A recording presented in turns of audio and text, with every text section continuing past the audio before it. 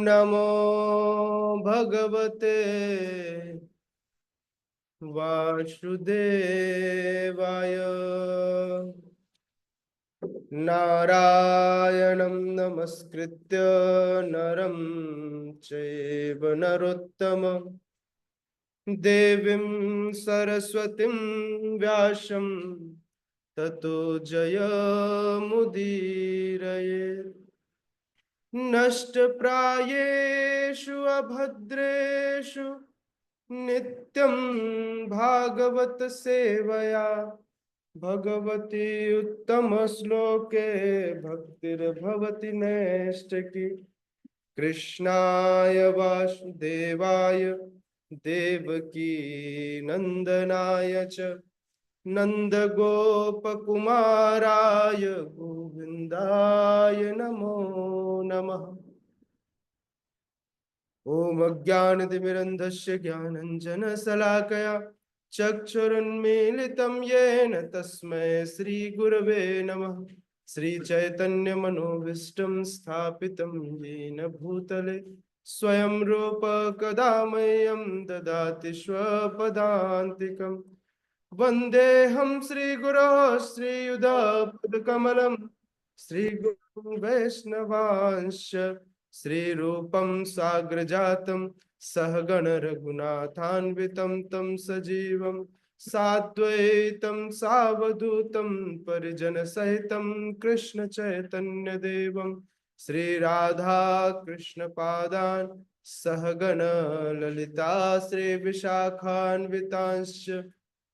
नमो विष्णुपादाय कृष्णपृष्ठाय भूतले श्रीमते भक्तिवेदांत स्वामी निति नामिने।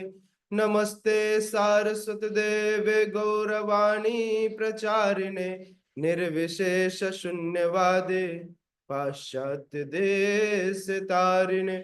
हे कृष्ण करुणा सिंधु दीनबंधो जगतपते गोपेश गोपिका कांत राधा कांत नमोस्तुते। तप्त कांचन गौरांगी राधे वृंदावनेश्वरी वृषभानुसुते देवे प्रणमामि हरि प्रिये। वाञ्छाकल्पतरुभ्यश्च कृपा सिन्धुभ्यैव च पतितानां पावनेभ्यो वैष्णवेभ्यो नमो नमः। जय श्री कृष्ण चैतन्य प्रभु नित्यानंद श्री अद्वैत गदाधर श्रीवासादि गौर भक्त वृंद। हरे कृष्णा कृष्ण कृष्णा हरे हरे हरे राम राम राम हरे हरे। हरे कृष्णा। स्वागत है सभी भक्तों का श्रीमद् भगवत गीता के सुबह के सत्र में। आप सभी अध्ययन कर रहे हैं भगवत गानी भगवत गीता। यह भगवत वाणी जो भगवान के श्रीमुख से निकली है और समस्त जीवों का कल्याण करने वाली है। इस श्रीमद् भगवत गीता यथारूप के 11वें अध्याय जिसका नाम है विराट रूप, हम इसका अध्ययन कर रहे हैं।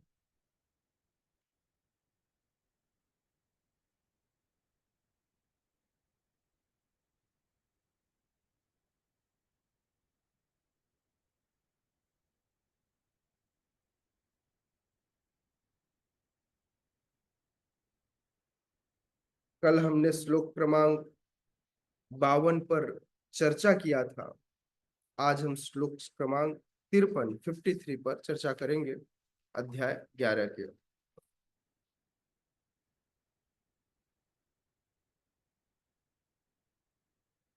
ना हम वेदैर्न तपसा न दानेन चेत्यया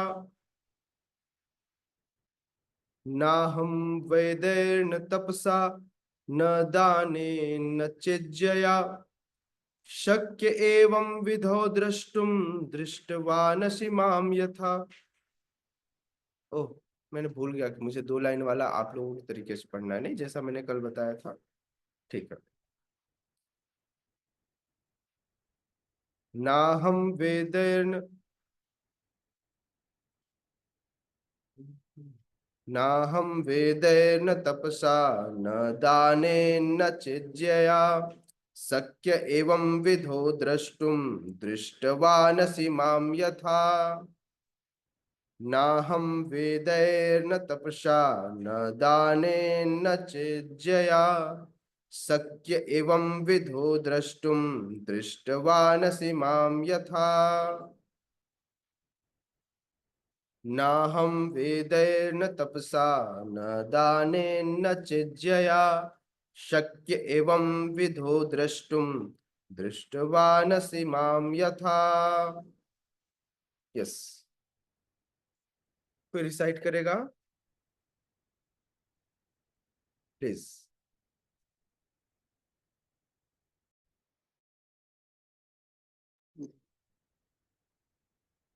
नाहं वेदेन तपसा न दानेन चेज्जया शक्य एवं विदो द्रष्टुं दृष्टवानसि मां यथा।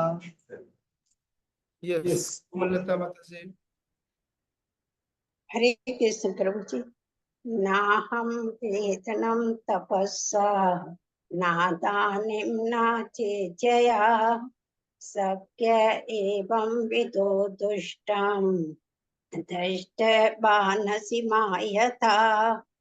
हरे हरे। यस, हेमा माता जी। हरे कृष्ण प्रभु जी। नाहं वेदेन तपसा नादानेन चेजया शक्य एवं विदो द्रष्टुं दृष्टवानसि मां यथा। हरे यस, कृष्ण प्रभु जी।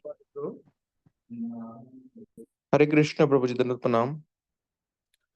नाहं वेदेन तपसा नाहं वेदेन नादानेन चेचया तपसा शक्या एव विदो नादानेन दृष्टुम् चेज्जया शक्य एव विधो द्रष्टुं दृष्टवासि मां यथा। यस, विशाल प्रभु। हरे कृष्ण प्रभु जी, दंडवत प्रणाम। नाहं वेदेन तपसा नादानेन चेचया शक्या एव विदो दृष्टुम् दृष्टवानिस मां यथा। चलिए, शब्दार्थ, अनुवाद एवं तात्पर्य हिज डिवाइन ग्रेस अभय चरणारविंद भक्ति वेदांत स्वामी श्रील प्रभुपाद के द्वारा जगत गुरु श्रील प्रभुपाद की जय।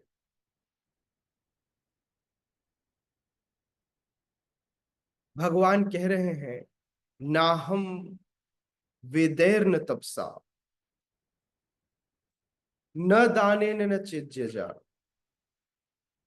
भगवान कह रहे हैं कि मैं वेदाध्ययन से,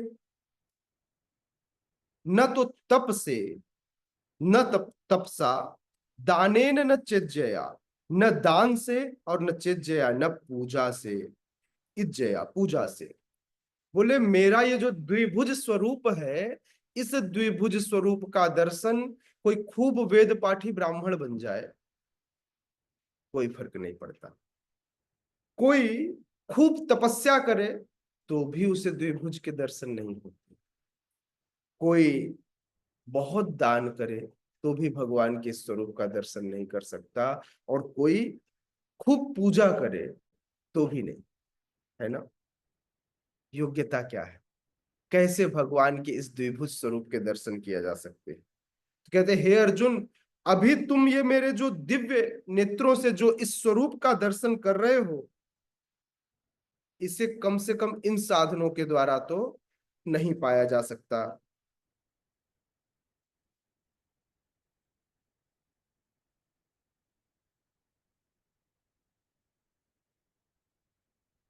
ठीक है, अब प्रश्न यह उठता है कि कोई खूब पूजा करे।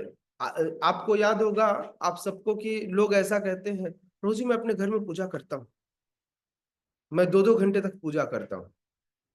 भगवान यहाँ कह रहे हैं पूजा करने का कोई मतलब नहीं। पूजा एक अंग है हमारे स्वयं के साधना का। पूजा मूल नहीं। हाँ, पूजा हमारी साधना का एक अंग है, पूजा मुख्य नहीं है। हाँ, यदि किसी की पूजा करनी है तो वो केवल भगवान है। यदि किसी के लिए तपस्या करनी है तो वो केवल भगवान है। यदि वेदाध्ययन करके किसी का गुणगान करना है तो वह केवल भगवान है। और यदि दान करनी है तो केवल भगवान के भक्तों को अर्थात वैष्णवों को दान करनी चाहिए। यह एक तरीका है ना। यह निश्चित रूप से, यदि जैसा मैंने कहा, यदि दान वैष्णवों की जाए तो उनकी कृपा से जीवात्मा और परमात्मा के बीच की दूरी कम हो जाती है। जो संबंध के बीच में जो गैप है, उस संबंध में पुनर्स्थापना के लिए यदि कोई वैष्णवों को भोजन कराए, यदि कोई वैष्णवों को दान दे, यदि कोई भगवान की पूजा करे और वेदाध्ययन के द्वारा भगवान का गुणगान करे, तो भगवान प्रसन्न होते हैं।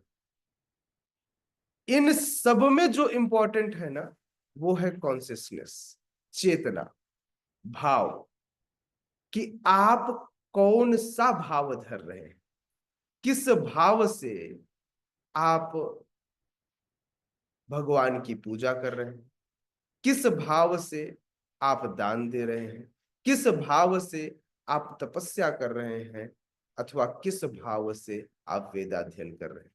क्या यह वेदाध्ययन आपके अहंकार को बढ़ा रहा है? यदि बढ़ा रहा है तो यह भगवान के करीब आपको लेकर नहीं जाएगा, बल्कि दूरी और बढ़ा देगा। कई बार व्यक्ति प्राउडी हो जाता है ज्ञान के कारण और लोगों से सीधे मुंह बात ही नहीं करता। उसे लगता है मैं अब इतना ज्ञानी हूं, मैं आप लोगों से क्यों बात करूंगा। वह अपने ज्ञान के कारण लोगों से बात नहीं करता। कई बार उसे लगता है मुझे इतनी अच्छी पोजीशन मिल गई है, राइट। कई बार ऐसा लगता है कि मुझे इतना पोजीशन मिल गया है, मैं ये छोटे लोगों से थोड़ी बात करूंगा। कई बार लगता है मैं सबसे बड़ा दानी हूं, मैंने मंदिर को इतना डोनेशन दिया है, मेरा मुझे ये सम्मान मिलना चाहिए। तो उसके लिए भी भगवान को पाना क्या है, सुदूर है। भगवान सुदूर है, उसके लिए दूर नहीं है, सुदूर है। हाँ? तो इसलिए ये योग्यताएं नहीं है, योग्यता तो एक ही है, समर्पण। कुछ भी कीजिए, अगर वह वर्क कृष्णा कॉन्शियस है, वह वर्क क्या है, कृष्णा कॉन्शियस कैसे होता है? बाय सरेंडरिंग, बाय समर्पण। समर्पण के द्वारा जब व्यक्ति समर्पण करता है, वैष्णव गुरु वैष्णव भगवान के सामने समर्पण करता है, तो होता है। तो इसलिए श्रीला प्रभुपाद यहां कहते हैं कि पहले जब कारागार में भगवान प्रकट हुए, कंस के कारागार में मथुरा में, तब भगवान चतुर्भुज रूप में थे।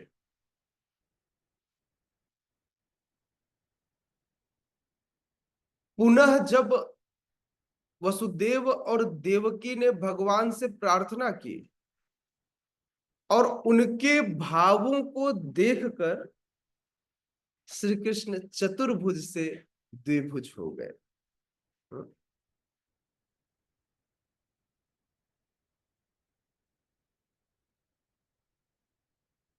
कोई इस बात को नहीं समझ सकता, विशेषकर जो नास्तिक लोग हैं, जो मायावादी हैं, वे लोग इस बात को नहीं समझ सकते। जो निराकारवादी है, वे लोग इस बात को नहीं समझ सकते कैसे भगवान चतुर्भुज से दो भुज हो गए, यह इतना विशेष क्यों। भगवान की इस दिव्यता को समझने के लिए भगवान के प्रति समर्पण की आवश्यकता है।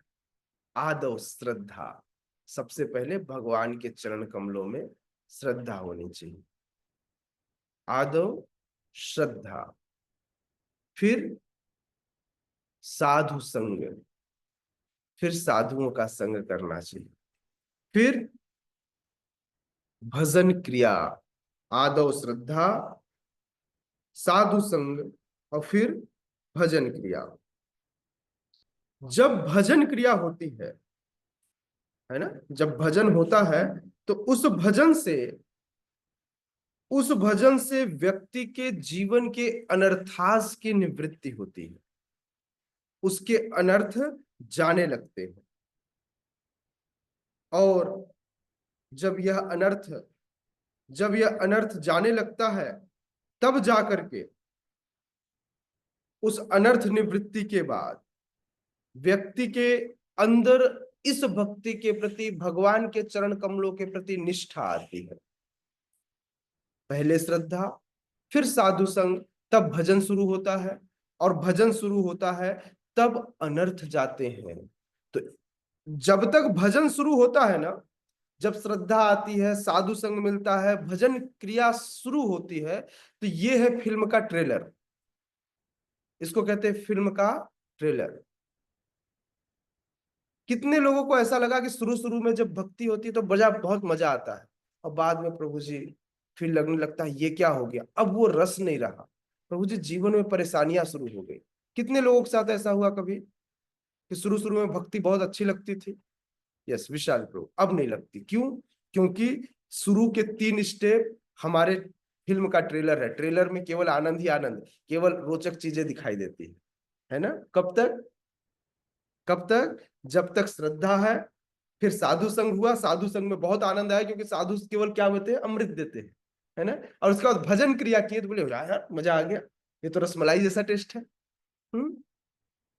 बस जैसे साधु संग के बाद भजन क्रिया शुरू हुआ, तो भजन क्रिया ने हृदय के मल को धोना शुरू किया और हमारे जीवन के अनर्थों को काटना शुरू हुआ। अब तो अनर्थ दिखने लगे तो दर्द होने लगा। हाँ, जीवन के अनर्थ बाहर आने लगे तो दर्द होने लगा। प्रभु जी, भक्ति करने से भी ऐसा होता है क्या?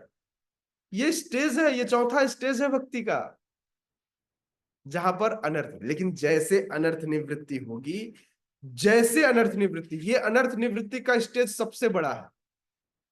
इसी में समय लगता है, क्योंकि व्यक्ति इसमें कई बार श्रद्धा खो देता है, भगवान के चरण कमलों में उतना विश्वास नहीं रह जाता, चीजें नहीं रह जाती। तो इसलिए यहां पर क्या हो जाता है, ये अनर्थ निवृत्ति के स्टेज में कई बार वह पुनः अपने पुराने कार्यों में लग जाता है ना। तब जाकर के चौथे स्टेज पर अगर अनर्थ निवृत्ति हो गई, तब जाकर उसकी निष्ठा बढ़ती।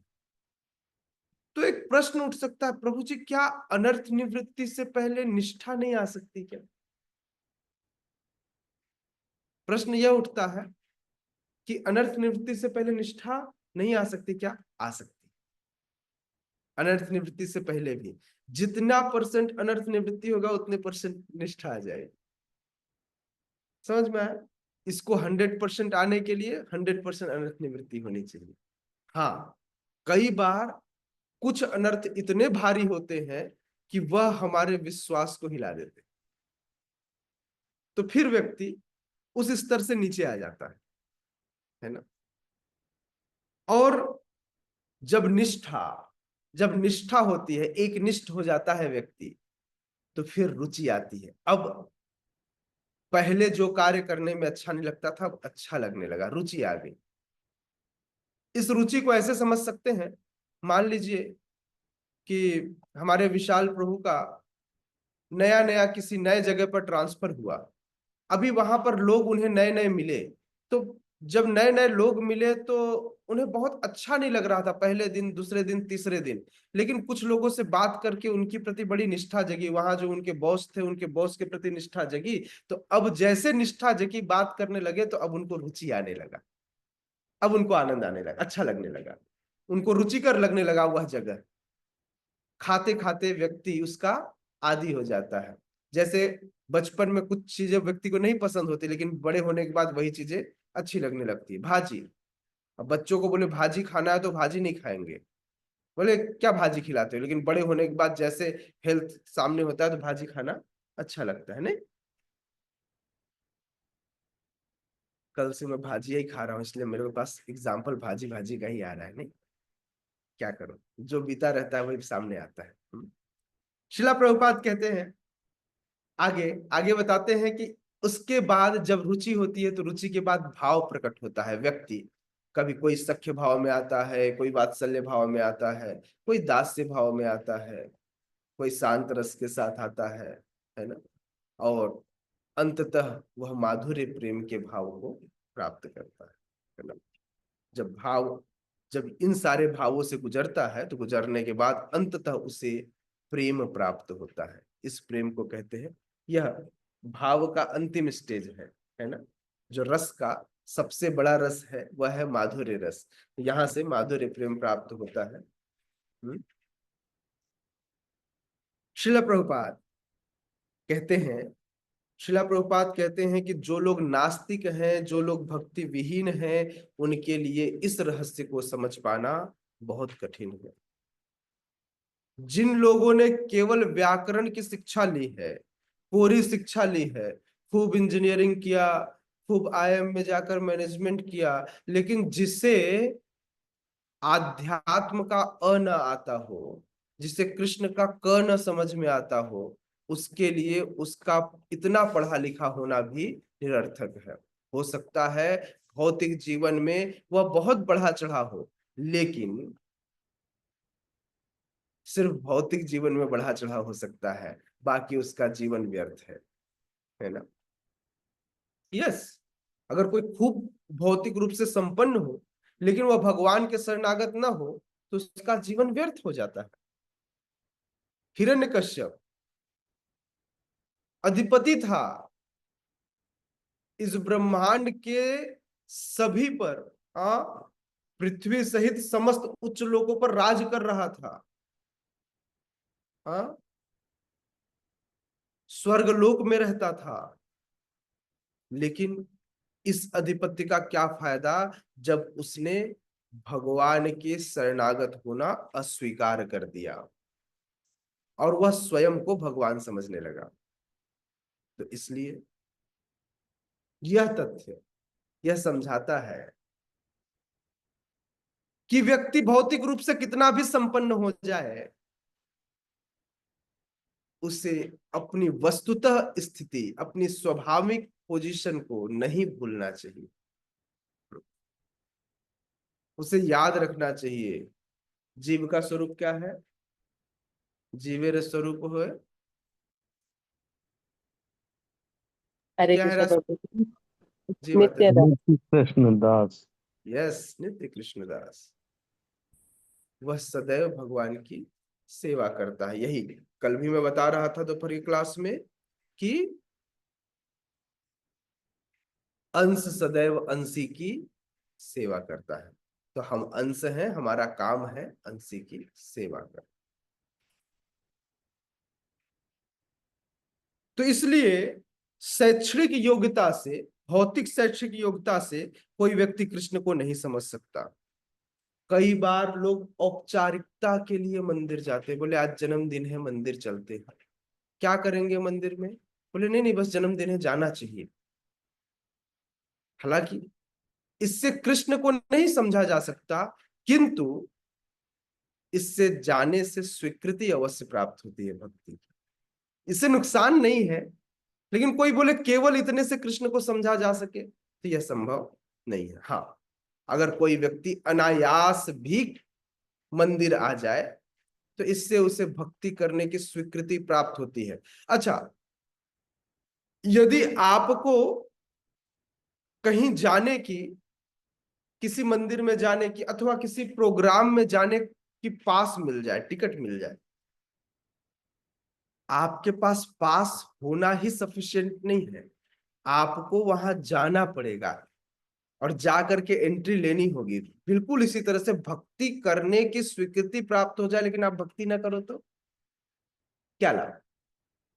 स्वीकृति कईयों को प्राप्त होता है समय के साथ, लेकिन व्यक्ति उस स्वीकृति का लाभ नहीं उठाते। प्रोसेस फॉलो करना पड़ता है एग्जैक्टली। जैसे इस्कॉन के भक्तगण विशेषकर नवंबर, दिसंबर और जनवरी महीने में लोगों के पास स्वीकृति देने जाते हैं, हाथ में भगवत गीता, कृष्णा बुक, श्रीमद् भागवतम लेकर। कितने लोग अपनाते हैं, कितने लोग इस स्वीकृति को भुनाते हैं? कोई नहीं, बहुत रेयर। नेक्स्ट ईयर फिर से जाओ तो बोले हाँ मैंने पिछले साल भगवत गीता लिया था, देखिए अभी भी डिग्गी में पड़ा है, डिग्गी से खोल के दिखाते अभी तक रेपर तक नहीं खुला होता। समझ में आ रहा? अभी भी पैक का पैक। स्वीकृति तो थी, भुनाया नहीं, है ना? तो इसलिए ऐसे लोगों को श्रील प्रभुपाद अभागा कहते हैं। यदि कोई भगवान को समझना चाहता है तो जैसा भगवान अभी अगले श्लोक में बताएंगे कि भगवान को केवल भक्ति के द्वारा, आइए समझते हैं कैसे भक्ति के द्वारा।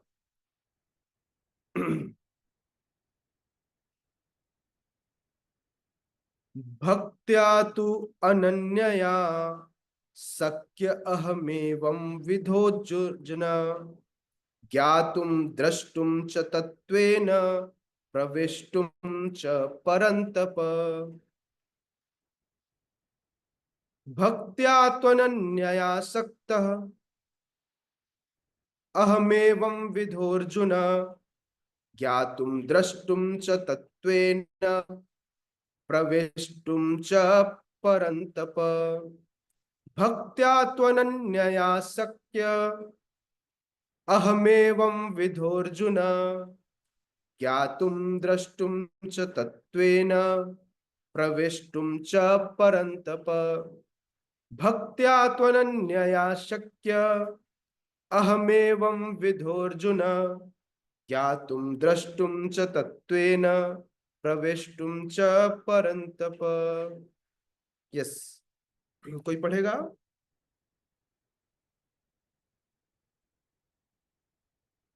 हेमा माता जी प्लीज। हरे कृष्ण प्रभु जी। जी भक्त्या त्वनन्या शक्या अहमेवाविधोऽर्जुन ज्ञातुं द्रष्टुं च तत्त्वेन प्रवेष्टुं च परन्तप। हरे हरे हरे। कृष्ण। यस विशाल प्रभु। हरे कृष्ण प्रभु जी। भक्त्या त्वनन्या शक्य अहमेवं विदुर्जुन ज्ञातुं द्रष्टुं च तवेवं प्रवेष्टुं च परन्तप। हरे हरे। यस कोमलता माता जी। हरे कृष्ण प्रभु जी। भक्त्यम त्वनन्या सख्यम अहेम विभम विदो अर्जुन ज्ञातुं द्रष्टुं च ततेन प्रविष्टो च परम तप। यस हिरण्यकर प्रभु। भक्त्या त्वनन्यया शक्य अहमेवं विदो अर्जुन ज्ञातुं द्रष्टुं च तत्त्वेन प्रवेष्टुं च परन्तप। भक्त्या त्वा अनन्यशक्य अहमे विधो अर्जुन जातुं दृष्टुं च तत्त्वेन प्रवेष्टुं च परं तपः। हरी हरी। और कोई पढ़ेगा? ओके आगे बढ़ते। भगवान कहते हैं हे अर्जुन, भक्त्या त्वनन्या शक्य अहमेवं विधोर्जुन। भक्त्या, भक्ति से क्या कह रहे हैं? हे अर्जुन, केवल त्व अन्यया, मतलब केवल अनन्य भक्ति से। हाँ, केवल मतलब भक्ति नहीं, अनन्य भक्ति। कई बार लोग मिश्रित भक्ति करते हैं, थोड़ा इनकी भी, थोड़ा इनकी भी, थोड़ा इनकी भी और थोड़ा इनकी भी। इससे इसको मिश्रित भक्ति कहा जाता है ना? वो कौन से राम थे? यहाँ गए तो ये राम और वहां गए तो वो राम, क्या था? एक एग्जाम्पल था ना? राम रहीम शायद प्रभु जी। नहीं, गंगा गए तो गंगादास, यमुना गए तो यमुना दास। यस यस, गंगा गए तो गंगा दास और यमुना गए तो यमुना दास। ये अनन्य भक्ति नहीं है, है ना? ये अनन्य भक्ति नहीं। गंगा गए तो गंगा दास और यमुना गए तो यमुना दास। तो इसलिए इसे मिश्रित भक्ति कहते हैं। तो इसलिए भगवान बहुत क्लियर कह रहे हैं, भक्त्या तू अनन्यया, भक्ति वो भी अनन्य, मतलब न अन्य। अनन्य का मतलब क्या होता है? न अन्य, केवल भगवान। इसलिए कई बार लोग ये प्रश्न करते हैं, ये इस्कॉन वाले किसी को नहीं मानते। नहीं, इस्कॉन वाले सबको मानते हैं, लेकिन भक्ति केवल कृष्ण की करते हैं। हम क्यों नहीं मानेंगे? शिव जी परम वैष्णव है, हम तो सदैव उनके चरणों में रह करके उनसे भक्ति सीखना चाहते हैं। लेकिन भक्ति किसकी सीखना चाहते हैं? हरि की, कृष्ण की, न अन्य, केवल हरि। हाँ, हम नवरात्रि मनाते हैं, हम माता दुर्गा के पास जाते हैं, किंतु हम माता दुर्गा से भी केवल हरि भक्ति मानते हैं। या देवी सर्वभूतेषु भक्ति रूपेण संस्थिता, नमस्तस्यै नमस्तस्यै नमस्तस्यै नमो नमः। हम केवल भक्ति की मांग करते हैं, क्योंकि वे वैष्णवी कही जाती हैं, वे परम वैष्णवी हैं, वे महामाया है। क्योंकि उनकी माया को पार पाना है, उनकी माया को पार पाना है तो उनकी स्वीकृति लेनी चाहिए, उनसे प्रार्थना करनी चाहिए। तो भगवान स्वयं कहते हैं, दैवी हेषा गुणमयी मम माया दुरत्यया। भगवान स्वयं कहते, मेरी माया को पार कर पाना संभव नहीं है, दुरत्य है, मम माया दुरत्यया।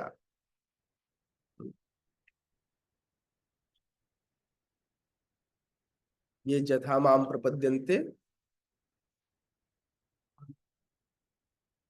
माया में ताम तरन्ति ते, है ना। तो जो भगवान के शरणागत हो जाता है, भगवान के शरण ले लेता है, उसे माया देवी भी आसानी से अपनी माया को पार करने का परमिशन दे देती है, या पार करा देती है, नौका दे देती है ना, या स्वयं नौके की व्यवस्था कर देती है, लाइक दैट, ऐसा समझना चाहिए। तो भगवान कह रहे हैं, हे अर्जुन, भक्त्या त्वनन्यया सत्य अहमेवं विधोर्जुन। हे अर्जुन, केवल अनन्य भक्ति द्वारा मुझे उस रूप में समझा जा सकता है जिस रूप में मैं तुम्हारे सामने खड़ा हूं, जिस रूप में मैं तुम्हारे सामने खड़ा हूं। ज्ञातुम द्रष्टुम च तत्वेन प्रवेष्टुम च परंतप। इस प्रकार से मेरा साक्षात दर्शन भी किया जा सकता है, केवल इसी विधि से तुम मेरे ज्ञान के रहस्य को पा सकते हो। ज्ञातुम द्रष्टुम च तत्वेन प्रवेष्टुम च परंतप। और कोई दूसरा रास्ता नहीं है, एक ही रास्ता है, भगवान के चरण कमलों की शरणागत हो जाना, अर्थात उनकी अनन्य भक्ति करना ही एकमात्र मार्ग है जिसके द्वारा भगवान के इस द्विभुज स्वरूप को देखा और समझा जा सकता है। और कोई दूसरा रास्ता नहीं, केवल और केवल भक्ति। भक्ति में भी अनन्य भक्ति, 24/7 कृष्णा कॉन्शियसनेस है। आपका conscious mind, even though unconscious mind पर बहुत हमारा जोर तो नहीं होता, लेकिन एटलीस्ट कॉन्शियस माइंड, जब तक आप जग रहे हैं तब तक कृष्ण का ही ध्यान होना चाहिए। कई बार अनकॉन्शियस माइंड हमारे पुराने प्रवृत्तियों को भी दिखाता है। जब हम सोते हैं तो कई बार नींद में, स्वप्न में अजीब अजीब सी चीजें दिखाई देती है जिसका शायद कृष्ण से डायरेक्ट कोई संबंध न हो, होता है ना। लेकिन हमें इसके लिए रेगुलर प्रयास करना होगा। जब हम लगातार भगवान के नाम का जप करते हैं, भगवान का चिंतन करते हैं जागृत अवस्था में, जगे हुए अवस्था में, तो फिर धीरे धीरे हमारा मन शुद्ध होने लगता है। फिर अनकॉन्शियस माइंड में भी वही आता है जो हमारे कॉन्शियस माइंड में होता है, लेकिन थोड़ा समय लगता है। क्यों? क्योंकि चित्त है ना, चेतो दर्पण मार्जनम, इस दर्पण का मार्जन करने में थोड़ा समय तो लगता है। तो इसलिए प्रोसेस वही है जो हम सब फॉलो कर रहे हैं। तो हम सबको इस प्रोसेस को लगातार फॉलो करना चाहिए, राइट। चलिए आगे बढ़ते हैं। श्रील प्रभुपाद कहते हैं श्री कृष्ण को केवल अनन्य भक्ति योग द्वारा समझा जा सकता है। इस श्लोक में वे स्पष्टतया कहते हैं, जिससे ऐसे अनधिकारी टीकाकार जो भगवत गीता को केवल कल्पना के द्वारा समझना चाहते हैं, यह जान सकें कि वे समय का अव्यय कर रहे हैं। वे समय का अव्यय कर रहे हैं, है ना।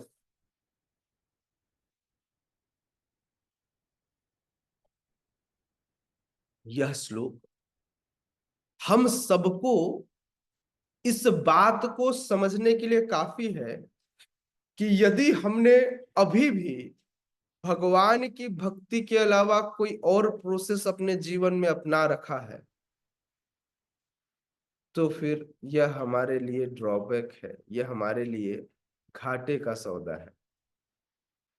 भगवान से सौदा करना है ना, तो भक्ति से किया जा सकता है।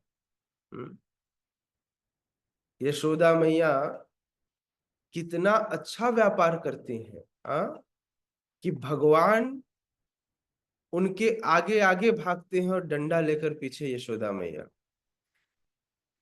आपने कभी ऐसा नहीं देखा होगा कि भगवान को कोई बांध सके।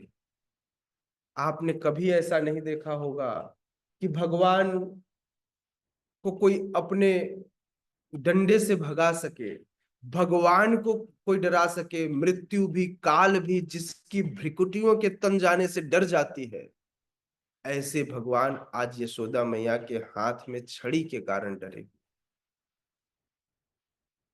यह भक्ति का प्रताप है। यही अनन्यता चाहिए, और कोई दूसरा नहीं, यही अनन्यता चाहिए। आगे पढ़िए विशाल प्रभु।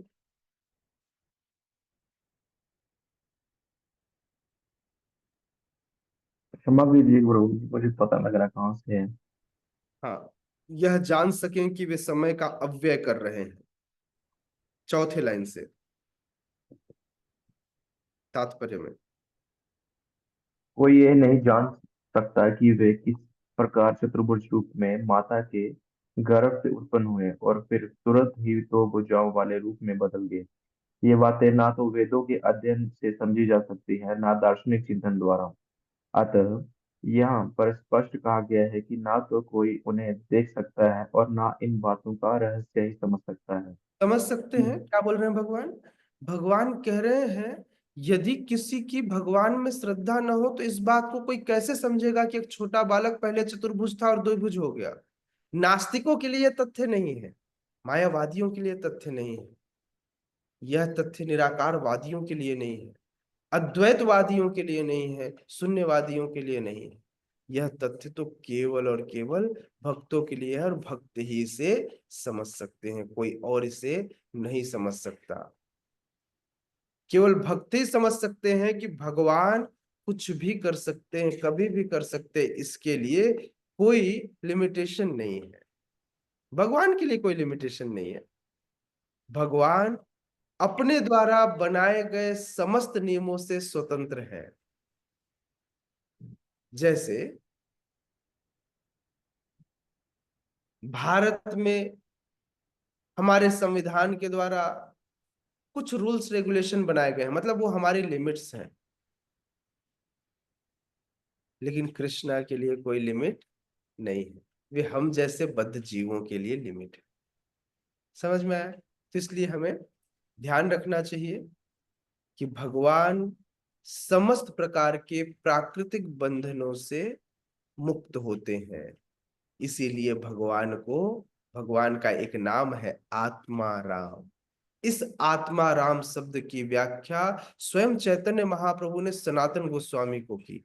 एक नहीं, दो नहीं, कई दसों में, आई थिंक 52 प्रकार से, राइट, 49 प्रकार से, लाइक दैट। मतलब एक आत्माराम शब्द की व्याख्या भगवान ने की 40-45 प्रकार से। एग्जैक्टली डाटा याद नहीं है, मैं देख करके बताऊंगा, है ना। तो भगवान क्या है? आत्माराम।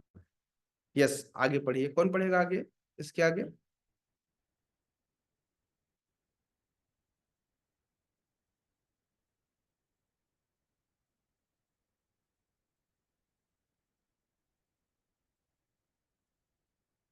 यस, पढ़िए माता जी, राष्ट्र माता जी।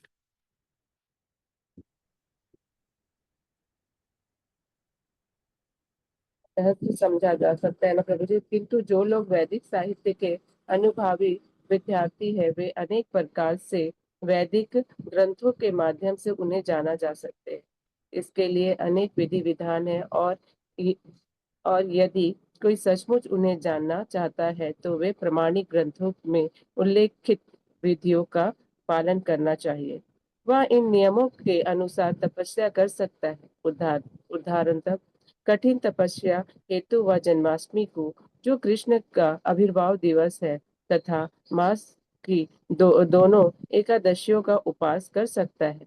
जहाँ तक दान का संबंध है, यह बात साफ है कि कृष्ण भक्तों को यह दान दिया जाए जो संसार भर में कृष्ण दर्शन को या कृष्ण भावनामृत को फैलाने में लगे हुए हैं। यस, कृष्ण भाव थैंक यू माता जी।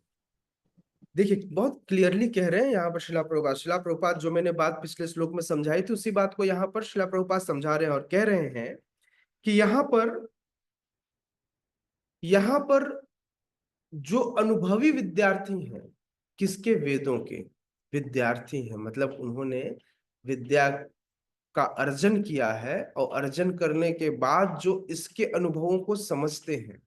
आज समाज में एक परेशानी है कि लोग पढ़ते तो हैं लेकिन उस ज्ञान का बखान करते हैं, उसका स्वयं अनुभव नहीं करते।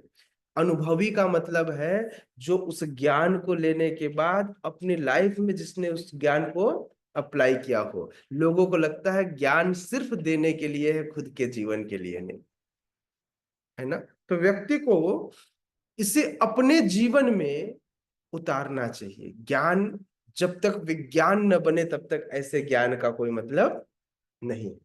ज्ञान जब विज्ञान का स्वरूप ले तभी उस ज्ञान का कोई मतलब है। तो इसलिए जिन लोगों ने इस वेदों के अध्ययन से भगवान को जानने का प्रयास किया है, वे भगवान को यदि उसी वेदों में जो लिखित विधि है उस विधि विधान का पालन करें तो वे भगवान को समझ सकते हैं।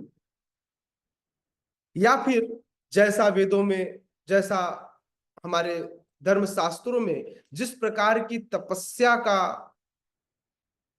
अनुशंसा किया गया, ऐसे तपस्या का भी पालन करके भगवान को समझा जा सकता है। यदि कोई भगवान के लिए व्रत करे, तप करे, तो भगवान बहुत प्रसन्न होते हैं। स्पेसिफिकली आविर्भाव दिवस, तिरोभाव दिवस, यदि किसी आचार्य से आपको स्वीकृति चाहिए तो उनके तिरोभाव और आविर्भाव दोनों दिवसों पर आप उनके लिए उपवास कर सकते हैं, वे आप पर कृपा करेंगे, उनकी सेवा कर सकते हैं। कहते हैं जन्मदिन के दिन, किसी के आविर्भाव तिथि के दिन व्यक्ति बहुत प्रसन्न होता है, तो उससे क्षमा याचना करनी चाहिए अपने किए गए किसी भी कार्य के लिए, है ना। व्यक्ति को क्षमा याचना कर लेनी चाहिए, तुरंत ही वह व्यक्ति प्रसन्न हो जाता है, क्योंकि वह उसके लिए बहुत शुभ दिन होता है ना। उसी प्रकार से भगवान का प्राकट्य दिवस अष्टमी तिथि, यह जन्माष्टमी की तिथि, यदि इस दिन कोई भगवान के लिए उपवास करता है तो भगवान बहुत प्रसन्न होते हैं। दोनों पक्षों की एकादशियों को, जिसे माधव तिथि भी कहा जाता है ना, इस माधव तिथि को यदि कोई उपवास अथवा ज्यादा से ज्यादा भजन करके, अच्छा मैंने उपवास का एक तरीका बताया था, किसी ने फॉलो किया? मैंने बताया था कि उपवास, कितने लोगों को मेरी तरीका याद है कि मैंने एक उपवास करने के लिए बोला था क्लास के शुरुआत में, जब मैंने यह शुरू किया था भगवत गीता, तब मैंने कुछ उपवास के बारे में बताया था। किसी को याद है? ऐसा लग रहा है पूरी जनता जनार्दन ही चेंज हो गई नहीं। मैंने कहा था कि उपवास करना हो तो एकादशी के दिन आप अन्न तो वैसे नहीं खाते, फलाहार कर लेते हैं, फलाहार कीजिए। एक विशेष उपवास बताया था मैंने कि एकादशी के दिन आप मोबाइल से उपवास कर सकते हैं, मोबाइल का त्याग करके। एक दिन बिना मोबाइल के जीवन जीना, मजा आएगा। जब भी उपवास करने का मन हो तो हमें इस मोबाइल से, जो मोबाइल आज जीवन में अनेक प्रकार की दूरियों को लेकर आ रहा है, आज मोबाइल ने नजदीकियां नहीं बढ़ाई, दो लोगों के बीच में दूरियां बढ़ा दी। आज लोगों को एक दूसरे से मिलन का सुख नहीं मिल पाता। क्यों? क्योंकि वो दिन भर फोन पे लगे रहते हैं। कोई कार्य हो तो एक व्यक्ति दूसरे व्यक्ति के पास नहीं जा पाता, क्योंकि मोबाइल में फोन करके पूछ लेता है, बात करके पूछ लेता है। इस प्रकार से संबंध बहुत प्रगाढ़ नहीं हो पाता। ये तो फिर भी अच्छा है, चलो ये काम की चीज है। जो दिन भर की समय की बर्बादी करता है ये मोबाइल हमारे जीवन के, तो मैंने कहा था कि हमें उपवास करना चाहिए, या फिर हमें हर वीक में कुछ ऐसा दिन चूज करना चाहिए, कुछ ऐसे घंटे चूज करने चाहिए जिसमें हम मोबाइल का बिल्कुल उपयोग नहीं करेंगे। यह भी उपवास है। कृष्ण ज्यादा प्रसन्न होंगे आपके भूखे रहने से ज्यादा। मोबाइल से आप उपवास कीजिए, कृष्ण ज्यादा प्रसन्न होंगे। सही बता रहा हूं, मतलब मैं इस चीज की गारंटी दे सकता हूं, है ना। कृष्ण ज्यादा प्रसन्न होंगे यदि कोई व्यक्ति मोबाइल से उपवास करे। मोबाइल मतलब स्मार्टफोन, जिसने सारी आपकी स्मार्टनेस अपने अंदर दबा ली है। व्यक्ति का स्मार्टनेस खत्म हो गया जब से स्मार्टफोन आया तब तक। पहले लोग वैदिक गणित में केवल संख्याओं को देखकर गणित कर लेते थे, गणना कर लेते थे, जोड़ना घटाना गुणा भाग सब ऐसे ही हो जाता था। आजकल बिना कैलकुलेटर के लोगों को कुछ नहीं याद होती। अच्छा, आप लोगों को याद है जब शुरू शुरू में मोबाइल आया था, मतलब शुरू शुरू में जब पहले गिने चुने लोगों के पास मोबाइल थी, जब बीएसएनएल से चालू हुआ, उसके बाद आइडिया से लेकर बहुत सारे अलग अलग कंपनीज आए, तो जब शुरू शुरू में लोगों के पास मोबाइल आया, छोटा नोकिया का वो फोन आता था कीपैड वाला, उस समय मैक्सिमम नंबर लोगों को याद होते थे, 20 25 50 ऐसे याद होता था। 9826546328, हाँ, 9926131325 ऐसे याद होता था। बोले ये मेरे पापा का, ये मेरे चाचा का, ये मेरे ताऊ का। आज लोगों को कितने लोगों के नंबर याद है? कई बार तो लोगों को बोले प्रभु जी अपना नंबर दे दीजिए, 1 मिनट बताता हूँ, फिर अपना ही मोबाइल खोल के अपना नंबर दिखाया जाता है, बताया जाता है, अपना नंबर भी याद नहीं होता। आप समझ रहे हैं कि सारी आपकी स्मार्टनेस इस स्मार्टफोन में घुस गई। व्यक्ति स्मार्ट नहीं रहा। नहीं विशाल प्रभु, सारी स्मार्टनेस कहाँ चली गई? स्मार्टफोन में। चलिए, यस, हेमा माता जी पढ़िए। हरे कृष्णा। कृष्ण भावनामृत मानवता के लिए वरदान है। रूप गोस्वामी ने भगवान चैतन्य की प्रशंसा परम दानवीर के रूप में की है, क्योंकि उन्होंने कृष्ण प्रेम का मुक्त रीति से विस्तार किया, जिसे प्राप्त कर पाना बहुत कठिन है। अतः यदि कोई कृष्ण भावनामृत का प्रचार करने वाले व्यक्तियों को अपना धन दान में देता है, तो कृष्ण भावनामृत का प्रचार करने के लिए दिया गया यह दान संसार का सबसे बड़ा दान है। और अरे यदि कोई मंदिर में जाकर विधि पूर्वक पूजा करता है, अर्थात भारत के मंदिरों में सदा कोई न कोई मूर्ति, सामान्यतः विष्णु या कृष्ण की मूर्ति रहती है, तो यह भगवान की पूजा करके तथा उन्हें सम्मान प्रदान करके उन्नति करने का अवसर होता है। नौ ओके, सिखियों के लिए। ठीक है मियाँ, ओके, बस। हरे कृष्णा। समझ रहे हैं कि दान कितना बड़ा है यदि दान भक्तों को दिया जाए। फिर से मैं कहता हूं, आपको चेक करना होगा, है ना, जब भक्तों को दान देते वक्त आपको चेक करना होगा, है ना। कई बार वह आपके दान का सदुपयोग करेंगे अथवा नहीं, तो इसलिए हमें अथॉराइज्ड जगह पर मंदिरों में भक्तों को यह दान देना चाहिए, जो आपके द्वारा दिए गए धन को भगवान के नाम के प्रचार में लगाए, कृष्ण भावनामृत को और प्रचारित करने में लगाए, है ना।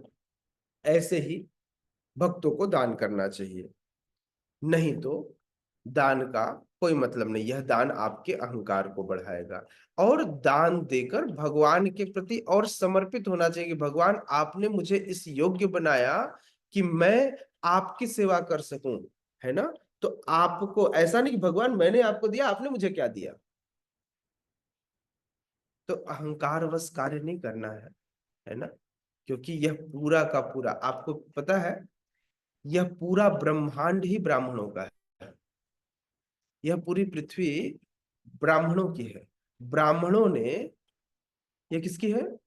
ब्राह्मणों की, यस। और ब्राह्मणों ने क्षत्रियों को इसका रक्षण करने के लिए दिया, वैश्यों को इसमें उत्पादन करने के लिए दिया। तो इसलिए तेरा तुझको अर्पण, इसलिए कमाए गए धन को ब्राह्मणों को, वैष्णवों को दान देना चाहिए। अच्छा, इन सब में यह पूरा ब्रह्मांड ही भगवान के विराट स्वरूप की अभिव्यक्ति है। यह पूरा ब्रह्मांड ही भगवान के विराट स्वरूप की अभिव्यक्ति है, जो स्वयं भगवान का है। तब जो भगवान का ही है, सब कुछ भगवान का, तो भगवान को ही देना। बिल्कुल उसी तरह से जिस प्रकार से मैं हमेशा एक एग्जांपल बताता हूं कि एक छोटा बच्चा पापा के पास गया, पापा ने अपने जेब से खूब सारी चॉकलेट निकाली और चॉकलेट निकालकर छोटे बच्चे को दे दी। वह छोटा बच्चा उसमें से एक चॉकलेट निकालता है और कहता है पापा ये चॉकलेट आपके लिए। वो चॉकलेट किसकी थी? पापा ने ही दी थी। लेकिन जब छोटा बच्चा उसमें से थोड़ा सा निकालकर पापा को देता है तो पापा बहुत प्रसन्न होते हैं, ओह मेरा बच्चा बड़ा समझदार हो गया। सिमिलरली जब हम डोनेशन देते हैं, जब हम दान देते हैं, तो भगवान प्रसन्न होते हैं कि आपका हृदय कितना बड़ा है। समझ में आया? तो इसलिए हमें अपने दान को सार्थक करना चाहिए।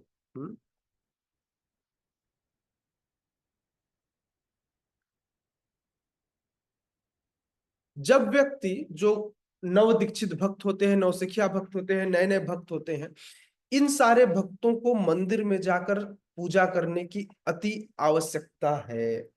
क्योंकि यहीं से उनकी इच्छा दृढ़ होती है, उनकी श्रद्धा दृढ़ होती है। पूजा करते करते एक समय के बाद जब व्यक्ति उत्तमाधिकारी, मध्यम अधिकारी, उत्तम अधिकारी हो जाता है, तो फिर मंदिर में पूजा करने की बहुत आवश्यकता नहीं पड़ती। विशेषकर उत्तमाधिकारी को, मध्यमाधिकारी तो फिर भी सिखाने के लिए, क्योंकि मध्यमाधिकारी की पोजीशन पर आता है तो प्रचार करता है। कनिष्ठ अधिकारी को प्रचार नहीं करना चाहिए, नौसिखिए को प्रचार नहीं करना चाहिए। अच्छा, इसका दूसरा एग्जांपल देता हूँ। कई बार लोग लगता है प्रभु जी हमको कह रहे हैं क्या? नहीं, मैं आप सबको नहीं कह रहा हूँ, आप सब तो बहुत अच्छे भक्त हैं। मैं बात कर रहा हूँ, सोचिए विशाल प्रभु ने आज ही कार चलाना सीखा और दूसरे दिन किसी और को कार सिखाने लगा। सोचो सीखने वाले बंदे का क्या होगा? नहीं। तो सबसे पहले नौसिखिए को अपने आप को दृढ़ करना चाहिए। इन्हीं का हाथ कांप रहा था, कल 2 लोगों को ठोक कर आए थे और दूसरे दिन सिखाना शुरू कर दिए। तो इसलिए पहले भक्ति में दृढ़ होना चाहिए, फिर प्रचार करना चाहिए।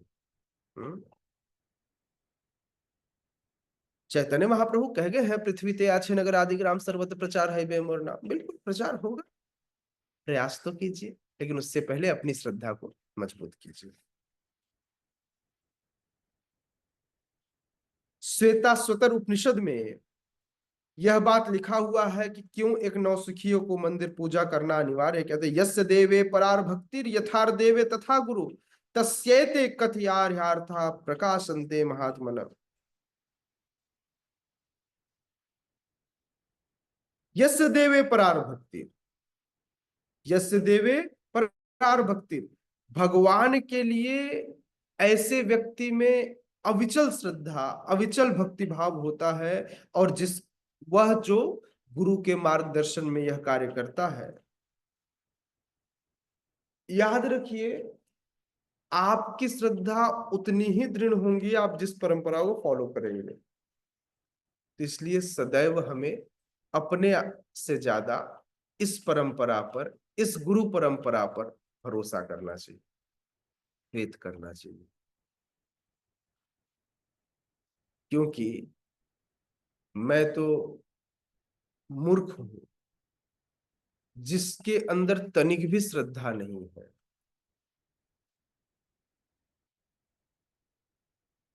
चैतन्य महाप्रभु शिक्षा अष्टकम के दूसरे श्लोक में कहते हैं, नाम नामकारी बहुधा निज सर्वशक्ति तत्रार्पिता नियमते स्मरणे न काल एतादृशी तव कृपा भगवन न मापी। आपने अपनी कृपा से इसे लेने योग्य तो बना दिया है, किंतु दुर्दैव मिदृश मिहा जनिना अनुराग। लेकिन भगवान मैं इतना दुर्दैव हूं, इतना कपटी हूं, इतना बदमाश हूं कि मेरी तनिक भी दुर्दैव मिदृश मिहा जनिना अनुराग, थोड़ा भी अनुराग इस नाम में उत्पन्न नहीं होता। यह मेरी रियल स्थिति, यही वास्तविक स्थिति है ना। भगवान ने तो सब कुछ दिया है, लेकिन मैं ही कुछ नहीं कर पाता, है ना। हरि अनंत हरि कथा अनंता। श्रीला प्रभुपाद कहते हैं, जो व्यक्ति प्रामाणिक गुरु से मार्गदर्शन प्राप्त नहीं करता उसके लिए कृष्ण को समझने का शुभारंभ कर पाना बहुत कठिन है। यहाँ पर तू शब्द का प्रयोग किया गया है, इसका मतलब है कि कोई अन्य विधि न तो बताई जा सकती है न प्रयुक्त की जा सकती है। कृष्ण को समझने और सफल होने के लिए केवल भक्ति ही एकमात्र विधि है, इसके अलावा कोई दूसरी विधि नहीं है। Thank you so much. Hare Krishna. जगत गुरु श्रील प्रभुपाद की जय। इसके आगे कल अपन चर्चा करेंगे। काफी बड़ा ये बहुत इंपॉर्टेंट श्लोक है, प्लीज सभी याद कीजिएगा इस श्लोक को। आपको कोई बोलता है ना, भगवान को कैसे जाना जा सकता है, भगवान को कैसे समझा जा सकता है, तो उस प्रश्न का यह उत्तर है ना। भक्त्या तु अनन्यया शक्तः अहमेव विधोर्जुन ज्ञातुम द्रष्टुम च तत्वेन प्रविष्टुम च परंतप। केवल इसी विधि से जाना जा सकता है। Okay, any question?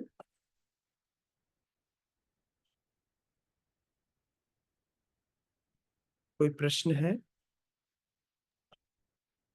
हरे कृष्ण प्रभु जी, सादा प्रणाम। जी प्रभु जी। जी, मैं ये कह रही थी, कल जैसे आपने 2 लाइन का श्लोक फिर 4 लाइन का श्लोक, तो थोड़ा सा आप अपने उसमें उससे डाल देंगे रिकॉर्डिंग में, तो जिससे मैं हम लोग पढ़ सके, कर सकें उस चीज को। जी मतलब पक्का। जी जी। हरे कृष्ण। हरे कृष्ण। Thank you. तो यहीं से आज के सत्र को विराम करते हैं। आप समस्त भक्तों का बहुत बहुत धन्यवाद।